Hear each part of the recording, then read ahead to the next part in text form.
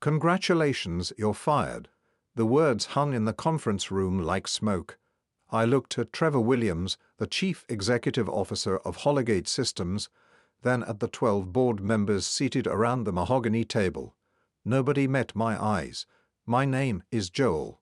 I'm 49 years old, and until 3 minutes ago, I was the Chief Technology Officer of the company I helped build from the ground up. 15 years of my life poured into servers, code, and late nights debugging systems that kept this place running." Trevor had that smug smile he wore when he thought he was being clever. The same expression he had when he took credit for my network security overhaul last year, or when he announced the merger with Fox Lane Innovations without telling me they wanted to gut our entire infrastructure. "I suggest you explain to the investors why the entire system is resetting in 10 minutes, I said, placing my security badge and laptop on the table. The room went quiet. Trevor's smile faltered for half a second before returning full force. "What are you talking about?" he asked. I stood up, straightening my tie. "The automated maintenance protocol I installed last month. Every 30 days, the system performs a complete reset and requires manual authorization from the Chief Technology Officer to restart. That's me. Or rather, that was me." Board member Patricia Hayes shifted in her seat. "What does that mean exactly?" "It means I continued checking my watch that in approximately 9 minutes every server, every database, every piece of software that runs this company will shut down, and without my authorization codes. It stays down." Trevor's face had gone pale. "You're bluffing." I walked toward the door, turning back one last time. "The client presentation to Veltri Dynamics starts in an hour. $30 million contract. Might want to figure out how to turn the computers back on." The panic started when I reached the elevator. I could hear shouting through the conference room doors. Someone was already on the phone with information technology. Another voice was calling the legal department. Trevor was yelling something about lawsuits and criminal charges. 8 minutes. The elevator doors closed and I descended to the parking garage. My truck was parked in the same spot I'd used for 15 years. The same spot Trevor had tried to reassign to his nephew last month, claiming senior staff needed better parking privileges. I sat behind the wheel and waited 7 minutes. My phone started ringing. I built Hollowgate Systems from nothing. Started in Trevor's garage back in 2009, writing code for small businesses that needed basic inventory management. Trevor handled sales. I handled everything else. We were partners then, or so I thought. The first crack appeared 3 years ago when we landed the municipal contract with Fort Wayne. I designed the entire traffic management system, spent 8 months of 16-hour days making sure every light, every sensor, every backup protocol worked perfectly. When the mayor held the press conference, Trevor stood at the podium alone taking credit for his team's innovative solution. I should have said something then. Should have walked away when he started calling my ideas our vision and my code company property. But I believed in what we were building, believed that good work would speak for itself. My wife, Kelly, saw it before I did. She'd watch me come home frustrated, talking about meetings where Trevor shot down my suggestions only to present them as his own. The following week, she'd listen to me complain about how he was hiring his friends for positions they weren't qualified for, how he was making promises to clients that our systems couldn't deliver. "He's using you," she told me 6 months ago over dinner. "And when he's done, he'll throw you away like yesterday's newspaper." I defended him, said he was just under pressure from the board, that the company was growing too fast, that things would settle down once we got through the busy season. The warning signs were everywhere. Trevor started excluding me from board meetings, claiming they were high-level strategy sessions that didn't require technical input. He hired an assistant chief technology officer named Brandon Miller, fresh out of college, supposedly to help with my workload. Brandon spent most of his time in Trevor's office learning the systems I'd built, asking questions about protocols I'd never documented. 2 weeks ago, I caught Brandon copying files from my secured folders. When I confronted him, He claimed Trevor had authorized it for backup purposes. When I asked Trevor about it, he gave me some story about preparing for an information technology audit. Last week, Trevor started asking specific questions about my access codes. Said the board was concerned about security protocols, wanted to ensure multiple people could authorize critical functions. I told him I'd think about it. I should have known then what was coming. Should have seen that Brandon wasn't there to help me, but to replace me. Should have realized that every system I'd built, every piece of code I'd written was being catalogued and prepared for my departure. But I trusted him. After 15 years of partnership, I still believed Trevor Williams was my friend. 5 minutes left. The call I'd been waiting for came exactly on schedule. Trevor's name flashed on my phone screen. "Joel, we need to talk." "No, we don't." I said, "Listen, maybe I was hasty in there. The board's been putting pressure on me, demanding changes, talking about bringing in outside consultants. I was trying to protect you." Protect me? The same lie he'd been telling himself for months. The same excuse he used when he took credit for my work. When he hired Brandon behind my back, when he started cutting me out of decisions about systems I designed. The reset happens in 4 minutes, Trevor. Okay, look. What do you want? We can work something out. Stock options, a consulting contract, a severance package. I almost laughed. 3 minutes ago, he'd fired me in front of the board like I was some entry-level employee caught stealing office supplies. Now he wanted to negotiate. "I want you to understand something," I said. "For 15 years, I've worked nights and weekends building systems that made you rich. I've covered for your mistakes, fixed problems you created, and watched you take credit for work I did with my own hands. Joel, I'm not finished. You brought Brandon in to learn my job so you could fire me. You've been planning this for months, maybe longer. The only thing you didn't plan for was this. 3 minutes through the concrete walls of the parking garage, I could hear car doors slamming, people running. Someone was probably racing to the server room thinking they could manually override the shutdown. They couldn't. I'd learned years ago to build redundancies into redundancies to protect the company's data even from the company itself. "What do you want?" Trevor asked again, and I could hear the desperation creeping into his voice. "I want you to remember this moment," I said. "I want you to remember that for 15 years I was loyal to you. I believed in this company, believed in what we were building together, and you threw it away because you were afraid of looking weak in front of the board. 2 minutes. The Veltri Dynamics presentation starts in 58 minutes, I continued. $30 million. Without the demonstration system, you've got nothing to show them. Without the client database, you don't even have their contact information. I could hear voices in the background, people shouting instructions, keyboards clicking frantically. "How do I fix this?" Trevor asked. 1 minute. "You don't," I said, and hung up. I started my truck and drove toward the exit. In 60 seconds, every light in the Hollowgate Systems building would go dark. Every computer would shut down. Every phone system, every security camera, every piece of equipment that kept the company running would stop. And for the first time in 15 years, Trevor Williams would have to solve a problem without me. The shutdown lasted exactly 4 hours and 37 minutes. I knew because I was sitting in Brennan's diner on Coliseum Boulevard, drinking coffee and watching the news coverage on the television mounted above the counter. Technical difficulties plagued a local software company, ran across the bottom of the screen while a reporter stood outside the Hollowgate building, interviewing confused employees who'd been sent home early. My phone rang constantly. Trevor called 17 times. Brandon called 8. Patricia Hayes from the board called twice. I let them all go to voicemail. At 3:15 p.m., the building lights came back on. I knew they'd found a way to manually restart the core systems, probably by pulling backup drives from the emergency storage and rebuilding the network from scratch. It would take them days to restore everything to full functionality. At 3:47 p.m., my phone rang with a number I didn't recognize.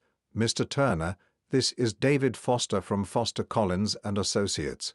I represent Hollowgate Systems. We need to discuss your actions today. A lawyer. Trevor was already building a legal case. I haven't done anything illegal. I said sabotage is a criminal offense, Mr. Turner.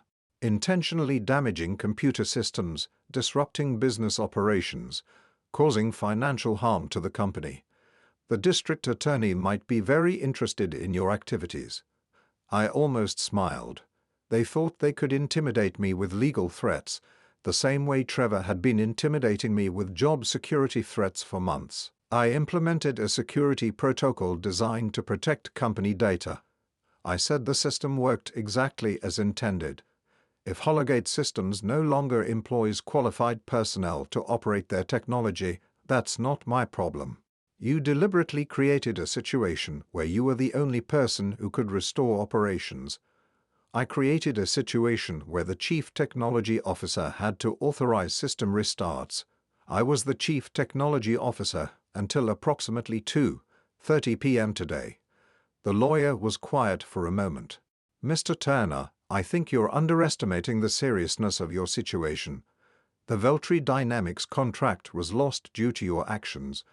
$30 million in revenue. Multiple other clients experienced service disruptions.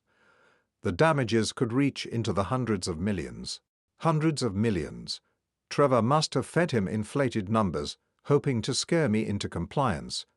The contract was lost because Trevor Williams fired his chief technology officer 10 minutes before a critical presentation. I said poor management decisions aren't my responsibility. We have documentation showing you created unauthorized access restrictions, implemented shutdown protocols without board approval, and deliberately withheld information necessary for business operations. Now I understood they weren't just threatening me with criminal charges. They were building a civil case, claiming I'd sabotaged the company. Trevor was going to sue me for damages, try to take everything I owned, destroy me financially so I could never compete with him. Document this, I said. Any legal action taken against me will result in full disclosure of all Hollowgate Systems security vulnerabilities to the public. Every backdoor, every unpatched system, every shortcut Trevor approved against my recommendations.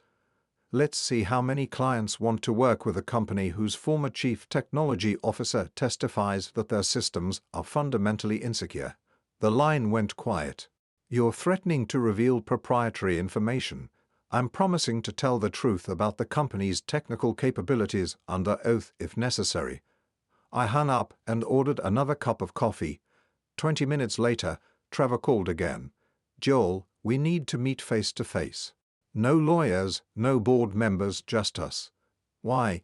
Because this is getting out of hand. Because we used to be friends. Because maybe there's a way to fix this that works for everyone. I thought about it. Trevor was scared now, realizing that legal threats weren't going to make his problems disappear. He needed something from me, and he was finally ready to negotiate from a position of weakness. Brennan's Diner on Coliseum Boulevard. I said 1 hour. I'll be there. But I already knew he wouldn't come alone. Trevor arrived 43 minutes later with Brandon Miller in tow. I watched them through the diner window, Trevor pacing in the parking lot while Brandon sat in the passenger seat of a black BMW I didn't recognize. Company car probably. Another perk Trevor had authorized for his new favorite employee. They sat across from me in a corner booth. Trevor looking haggarded and Brandon avoiding eye contact. The kid was nervous, probably worried about what his role in today's events might cost him. Coffee? I asked. Trevor shook his head. Let's just get to business. What's it going to take to make this go away? Make what go away? Don't play games, Joel. You know what I'm talking about. The legal threats, the system vulnerabilities, all of it. Name your price. I leaned back in the booth. You think this is about money? Everything's about money. That was Trevor Williams in a nutshell. Everything reduced to dollars and cents, profit margins, and quarterly reports. He'd never understood that some people worked for reasons beyond their bank account balance. Tell me something, I said. How long have you been planning to fire me? Trevor glanced at Brandon, then back at me. It wasn't personal. How long? 6 months, maybe 8. The board wanted changes, wanted to bring in younger talent, reduce operational costs. Brandon's salary is 60% of what we were paying you at 8 months. While I was working overtime to prepare for the Veltri Dynamics contract, Trevor was already planning my replacement. While I was training Brandon, thinking I was helping a colleague, he was studying my job so he could take it. Did you ever intend to keep me on as a consultant? I asked originally yes, but then you started asking questions about access protocols, making comments about documentation. The board felt you might become a security risk because I wanted to protect the systems I'd built from unauthorized access, because I'd questioned some of Trevor's technical decisions in front of clients. Show him the contract, Trevor said to Brandon. Brandon pulled a folder from his jacket and slid it across the table.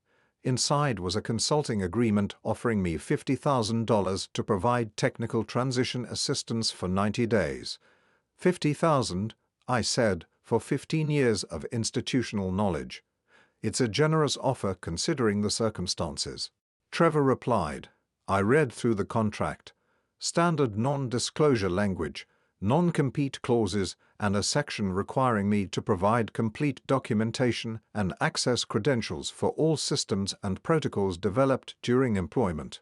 They wanted me to hand over everything, every password, every backdoor, every security measure I'd built to protect the company, and in exchange, they'd pay me what Trevor probably spent on business lunches in a month. There's one problem with this, I said. What's that? You assume I want to work with you. Trevor's face tightened. Joel, be reasonable. You're unemployed. You're facing potential criminal charges, and your reputation in this industry is going to be destroyed when word gets out about today. This is your chance to walk away with something. My reputation. Industrial sabotage isn't exactly a selling point for future employers. I smiled and closed the contract folder. Trevor, do you know who called me this morning? He looked confused. What do you mean? At 7:30 a.m., before I even got to the office, I received a phone call from James Parker at Veltri Dynamics. He wanted to discuss a position as their new Director of Information Technology. Seems they've been watching my work for months, impressed with the security protocols I designed for municipal contracts. Brandon's eyes widened. Trevor went pale. The job pays twice what you were paying me, I continued, plus stock options and a signing bonus. You're lying, Trevor said, but his voice lacked conviction. I pulled out my phone and showed him the missed call log. 7 missed calls from Veltri Dynamics between 7:30 a.m. and 2 p.m., all from James Parker. He called back during your little board meeting, I said, left a voicemail asking if I was interested in discussing opportunities. Funny thing is, he already knew I was leaving Hollowgate. Said he'd heard rumors that management changes were coming. Trevor's face went white. That's impossible. Is it? Who's been handling the Veltri contract negotiations for the past 6 months? The truth hit him like a freight train. Patricia Hayes, the board member who'd been pushing hardest for operational changes, was also the former chief executive officer of Veltri's main competitor. She'd been feeding information to Veltri for months, helping them understand exactly what Hollowgate's capabilities were and who was responsible for them. Patricia set this up, Trevor whispered. She's been recruiting me since January, I confirmed. Discreet conversations at industry conferences, casual questions about my satisfaction with current management, subtle hints about better opportunities. I turned her down because I thought I owed you loyalty. Brandon was staring at the table, probably realizing that his new job might not be as secure as he'd thought. If Veltri poached Hollowgate's key technical personnel, they could undercut every contract bid and steal the entire client base. But today changed my mind. I continued. When you fired me in front of the board, you made it clear that 15 years of partnership meant nothing. So I called James Parker back. Trevor grabbed his phone. I need to call Patricia. Need to find out what she's planning. Too late for that. What do you mean? I checked my watch. At 5:00 p.m. today, Veltri Dynamics is announcing the acquisition of Hollowgate Systems' intellectual property portfolio. They've purchased the rights to our traffic management software, our municipal database systems, and our client integration protocols. That's impossible. We own those systems. You own the code. I own the patents. The silence stretched across the table like a chasm. Trevor's mouth opened and closed without sound. Brandon looked like he might be sick. The patents Trevor finally managed filed in my name over the past 5 years. Every major system upgrade, every security protocol, every piece of innovative code, my lawyer assured me that as the actual inventor, I retained intellectual property rights regardless of employment agreements. It was true, my attorney had advised me years ago to file patents on my major innovations, partly for protection and partly for pride. I'd never imagined I'd need them as leverage against my own company. The traffic management system alone is worth $8 million in licensing fees, I continued. Municipal database integration is worth another $12 million.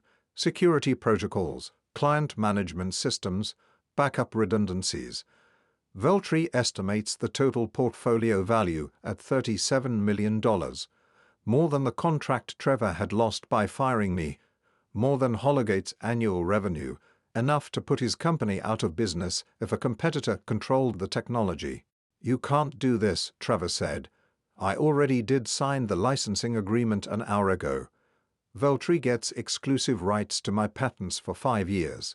In exchange, I get a director position, equity in their company, and 20% of all licensing revenue. Trevor was staring at me like I'd grown a second head. The same expression he'd worn earlier when I told him about the system reset. The look of a man realizing he'd miscalculated badly.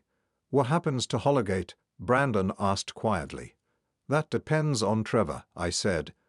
Veltri is willing to negotiate a licensing agreement that would let you continue using my patents for a fee. How much? 55% of gross revenue. The number hung in the air like a death sentence. The bankruptcy filing came 6 weeks later. I was sitting in my new office at Veltri Dynamics reviewing system architecture plans for a municipal contract in Phoenix when my assistant brought me the news. Hollowgate Systems had filed for Chapter 11 protection, citing unsustainable operational costs and loss of key intellectual property rights. Trevor had tried to fight it. He'd hired 3 different law firms, challenged my patent claims, and even attempted to have me arrested for corporate espionage. Nothing stuck. The patents were legitimate.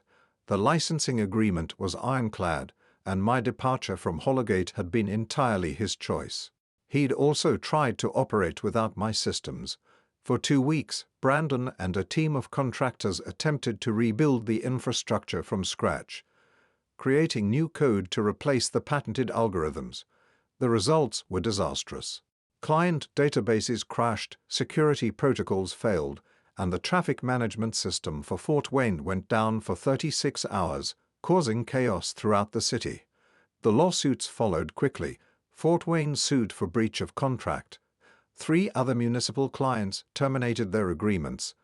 Veltri Dynamics, now armed with my proven systems, swept in to capture every abandoned contract. Patricia Hayes resigned from the Hollowgate board 2 days before the bankruptcy filing.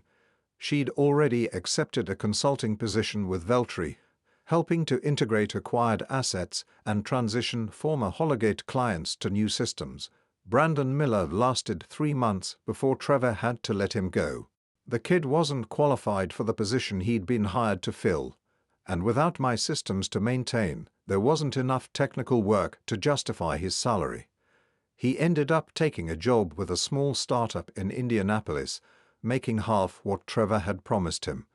The final blow came when the bankruptcy court approved the asset sale. Veltri purchased Hollowgate's client list, office equipment, and remaining intellectual property for less than Trevor owed in legal fees. The company that had taken 15 years to build was liquidated in a single afternoon.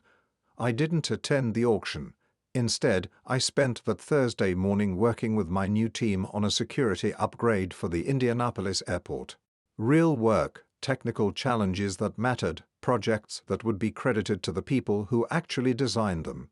Kelly met me for lunch at a restaurant near the Veltri offices. She'd been supportive through the entire transition, never questioning my decisions, never suggesting I should have handled things differently.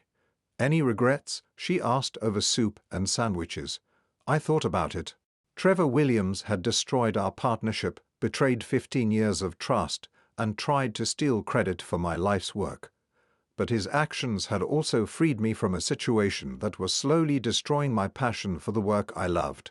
None, I said. She smiled. Good, because James Parker called this morning.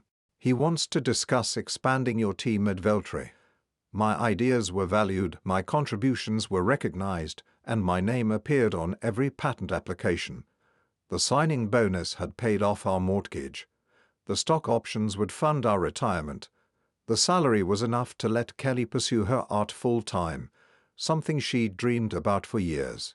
Trevor Williams, on the other hand, was working as a regional sales manager for a software company in Cleveland. I'd heard through industry contacts that he was making about 30% of his former salary, living in a small apartment, and telling anyone who would listen that his former business partner had stolen his company. Brandon Miller had found work debugging legacy systems for a company that specialized in maintaining old software. Patricia Hayes was making more money as a consultant than she'd ever made as a board member, helping other companies navigate acquisition strategies. The truth was simple. Actions have consequences, and eventually everyone pays for their choices. Sometimes it just takes longer than you'd expect.